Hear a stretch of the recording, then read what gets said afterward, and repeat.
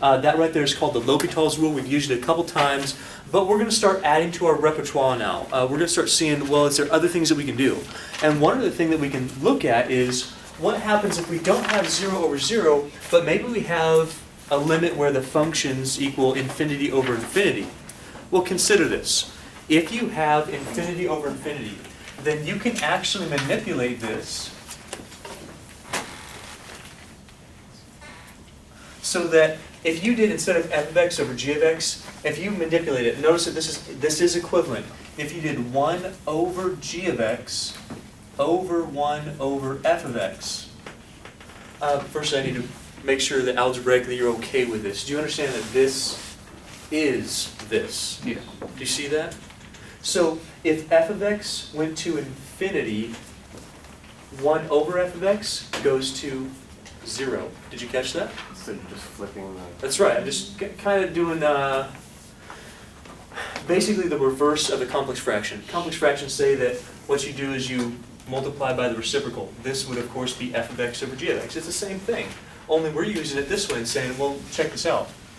If g of x goes to infinity, 1 over g of x, 1 over infinity, would go to 0. If f of x goes to infinity, 1 over f of x would go to 0. What this basically says is that, and you don't have to show this, okay? You don't have to show it. What it says is that if you have 0 over 0, this will work. Also, if you have infinity over infinity, because you can do this, this will also work. So we basically have two statements here. We say that if f of x over g of x equals 0, 0, or if we have f of x over g of x equals infinity over infinity, we can do L'Hopital's in either case. Does that make sense? I'm just adding one more condition so that we don't have to change it to 0 over 0. If you ever get infinity over infinity, it's basically the same thing.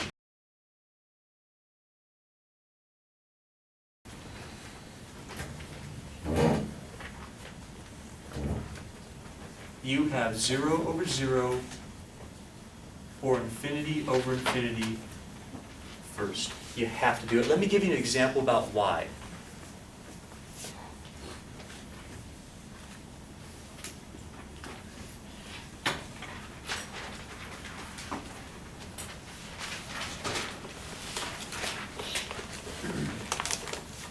Give you an example about why.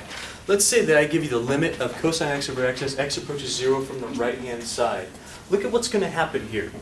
If I plug in 0, remember that this is continuous, so you just plug in 0 and it's the same thing as a one-sided limit. You don't have to worry about that. So just plug in 0. What's cosine of 0? 1. What's this as x approaches 0 from the right? 0. Is that an indeterminate form? No. No, this actually is going to go to infinity. So this thing is positive infinity.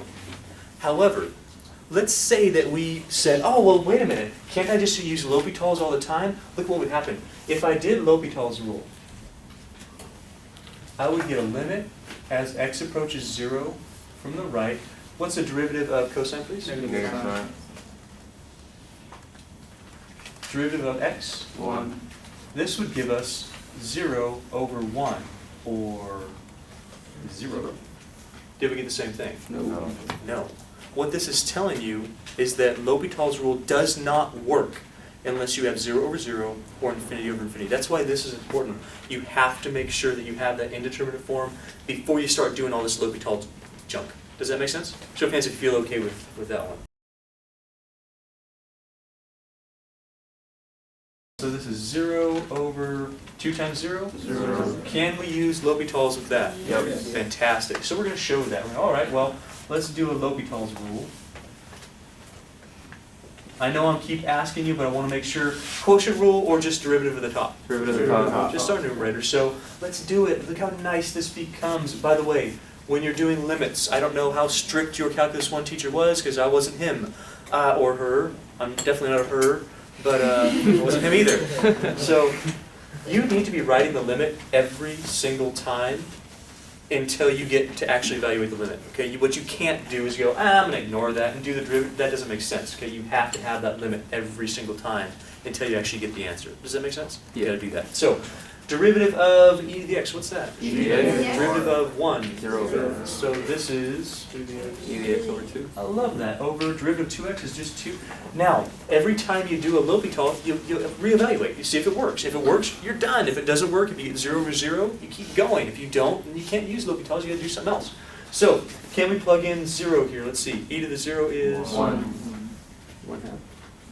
Notice, here I have the limit, here I've actually evaluated, it worked out for me, I don't need to write the limit anymore. Our answer, our limit is 1/2. You guys okay with that one?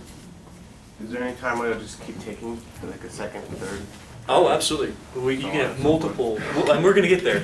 Right now I'm keeping it kind of easy. So you just want to make the variable disappear eventually? No, not necessarily. Just stick with me here, I'll show you some.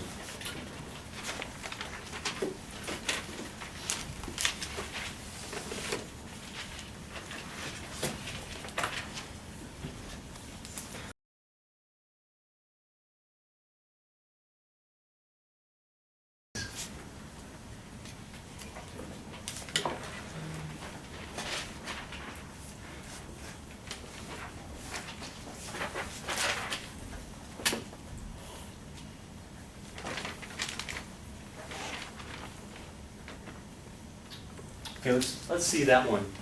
Limit as x approaches pi of 2 sine squared x over 1 plus cosine x. Tell me again the first thing that we need to do before we start working with this limit. Let's check that. Is it? Find out. Let's find out.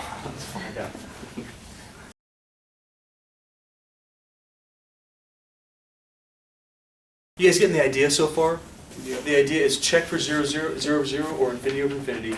If you have that, cool. Man, do a derivative of the numerator, do a derivative of the denominator, simplify first, then plug it in again. Repeat process.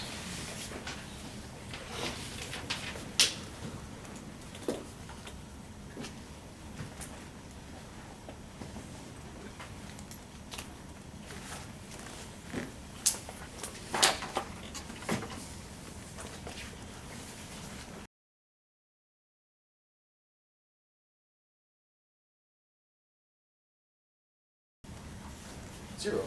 You have a constant over something going to infinity. That's 0. Now, question, see if you're really thinking. What if this was x to the 31st instead of just the 3rd? We have been doing it a lot. You keep doing it 31 times, 32 times.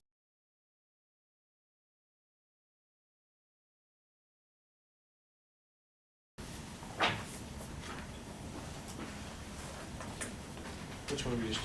Okay.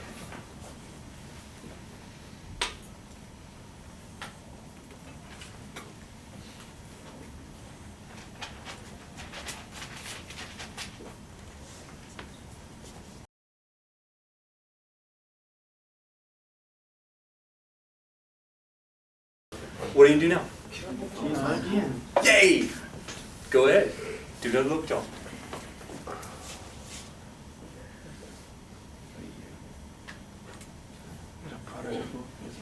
Yeah, you're right. It's a product rule. Let's do this together, okay? Do you see the product rule? Yeah. Don't worry about this because it's connected to this. What's tangent of 0? 0. So this whole piece, 0. Now, we already did secant x, where x is 0. How much is secant of 0? 1. It's 1. How much is 1 to the 4th power? 1. Times negative 2. Remember, this whole thing is 0. All negative. So what this is, we stop writing the limit because we're done with the limit. We have 6, we've actually evaluated. Over negative 2, our answer is negative 3. That limit's negative 3. What about the cases where we have infinity minus infinity? What about the cases where we have, well, if ever you get this where you have infinity minus infinity, something that, don't do this. Well, infinity minus, that's 0. Infinity minus infinity? Hey, 0, done. No, we can't do that. What you have to do is somehow manipulate this until you get 0 over 0 or infinity over infinity. So usually what that is finding the common denominator and making one fraction out of it. Does that make sense to you? So if you have this, what about this? We're going to use some algebra.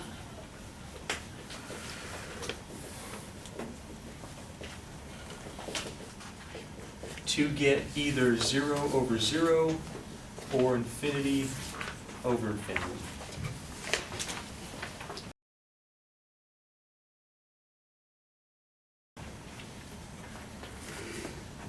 Same thing happens with this. If you had infinity times 0, something like that. If you got infinity times 0, oh my goodness, don't just say that that's 0. I know it seems weird, but that's not always the case. We actually have to manipulate it to get infinity over infinity or 0 over 0.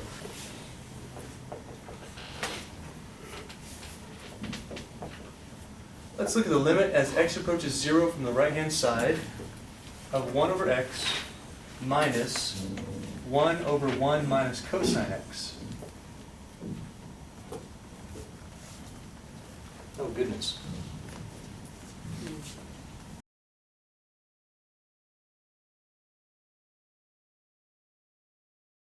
We got to work on this. And one good way to work on this is if you have two fractions, man, just make them the same fraction. Put them on one fraction.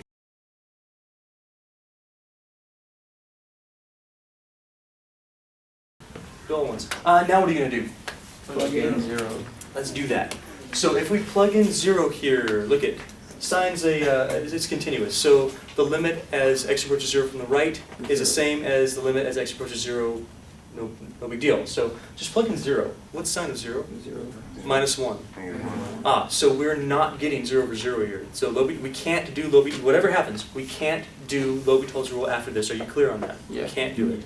So this is going to give you -1. On the denominator, let's do this. I've got a 1.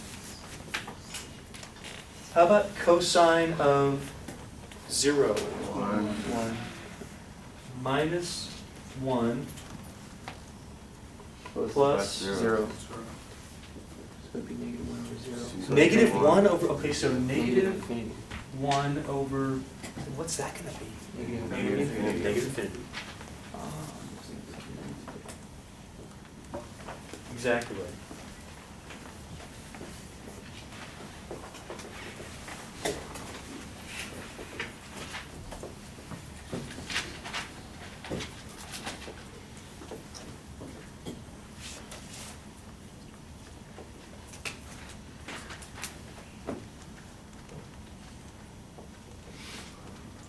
Oops, I'm sorry, that's not a limit to ln.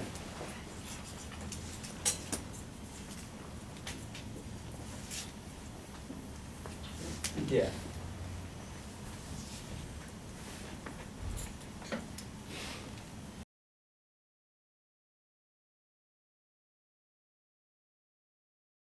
Did you guys follow that? Cosecant is 1 over sine. That's going to be how much? 0. That's 0. This is 0 over 0. Now what can you do? L'Hopital. Yeah, you do L'Hopital. So just by changing some things around, make it something different. Make it 1 over sine instead of cosecant. Hey, no big deal. Then it becomes 0 over 0. Now you have to be okay with that one. It's a little manipulation here, so we're changing these problems little by little. Go ahead and see if you guys can do the L'Hopital's on this.